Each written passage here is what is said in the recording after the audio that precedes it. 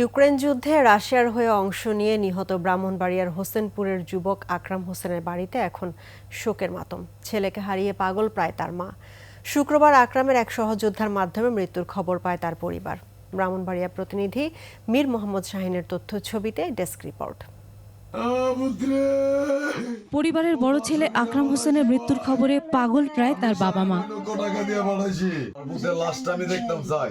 ঋণগ্রস্ত সংসারের চাকা সচল করতে প্রায় 9 মাস আগে ধার দেনা করে রাশিয়ায় পাড়ি জমিয়েছিলেন আশুগঞ্জের হোসেনপুরের এই আকরাম।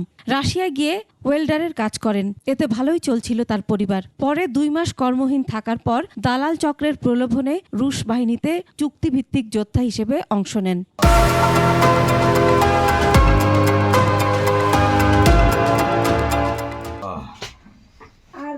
গত 13 এপ্রিল ছেলে আকরামের সাথে শেষ কথা হয় বাবা মার। এরপর থেকে তার সাথে আর কোনো যোগাযোগ করা যাচ্ছিল না। গেল শুক্রবার আকরামের এক সহযোদ্ধা ময়মনসিংহের এক ব্যক্তিকে ফোন করে জানায় ইউক্রেনের বোমা বিস্ফোরণে 14 এপ্রিল নিহত হয় আকরাম।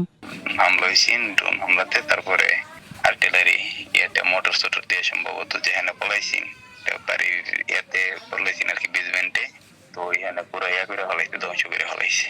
শুধু আকরামই নয়, তার পুরো ইউনিট বোমা বিস্ফোরণে ছিন্নভিন্ন হয়ে যায়। ছেলের মৃত্যুর খবর যেন কিছুতেই মেনে নিতে পারছেন না পরিবার। সরকার কাছে আমরা ক্ষতিপূরণ চাই, আমার ছেলের লাশটা চাই। আমি যে গেলাম বাইক থেকে যাইতে পারবি না, আব্বা বাইক যাওয়ার কোনো পথ নাই, যদি বাইক যাইতাম চাই পরে গুলি করে দিব। এদিকে তার মৃত্যুর খবর ছড়িয়ে পড়লে গ্রাম জুড়ে শোকের ছায়া নেমে আসে। সরকারের কাছে এই দাবি, আমরা বাইপুতের লাশটা চাই আর ক্ষতিপূরণ চাই। আমরা অনেক ঋণ হইছে, দ্রুত আমরা লাশটা চাই।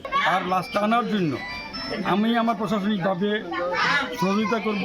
আশুগঞ্জ উপজেলা নির্বাহী কর্মকর্তা জানিয়েছেন, মরদেহ ফিরিয়ে আনার বিষয়ে প্রবাসী কল্যাণ মন্ত্রণালয় ও পররাষ্ট্র মন্ত্রণালয়ের সাথে যোগাযোগ চলছে। তার লাশ ফিরিয়ে আনার বিষয়ে সকল ধরনের সহযোগিতা, সকল ধরনের প্রক্রিয়াগত কার্যকলাপ সব প্রবাসী কল্যাণ মন্ত্রণালয় থেকে করা হবে এবং এই ক্ষেত্রে তার যদি কোনো ধরনের সহযোগিতা প্রয়োজন হয় উপজেলা প্রশাসন তাকে সর্বাত্মক সহযোগিতা প্রদান করবে। আকরামের মতো রাশিয়ার হয়ে যুদ্ধে অংশ নেওয়া যুবকদের দ্রুত দেশে ফিরিয়ে আনতে সরকার উদ্যোগ গ্রহণ করবে, এমনটাই প্রত্যাশা সবার। Masuma Lisa, desk report, 21 television.